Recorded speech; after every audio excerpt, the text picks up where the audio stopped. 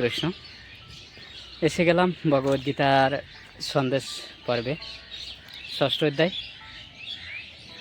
তো আমরা পরপর কর্মশতকের শেষ অধ্যায় চলে আসলাম। এই অধ্যায়ের নাম হচ্ছে ধ্যানযোগ। এখানে যোগারূঢ় যোগারুক্ষ এ কথা ভগবান বলছেন। কিভাবে ধ্যান করতে হবে সেই পন্থা বর্ণনা করেছেন। তো ধ্যান করে কিভাবে মনকে নিয়ন্ত্রণ করতে হবে সেই শিক্ষা দিচ্ছেন। তো কিভাবে নিয়ন্ত্রণ হবে যদি ভগবানে মন নিবিষ্ট করা হয়, তাতে সম্ভব। ভগবান বিভিন্ন প্রকার যোগপন্থার কথা বর্ণনা করেছেন।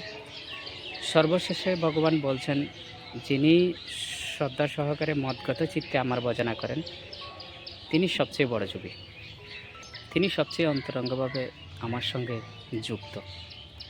তো ভগবান কৃষ্ণ অর্জুনকে সে কথা বলছেন।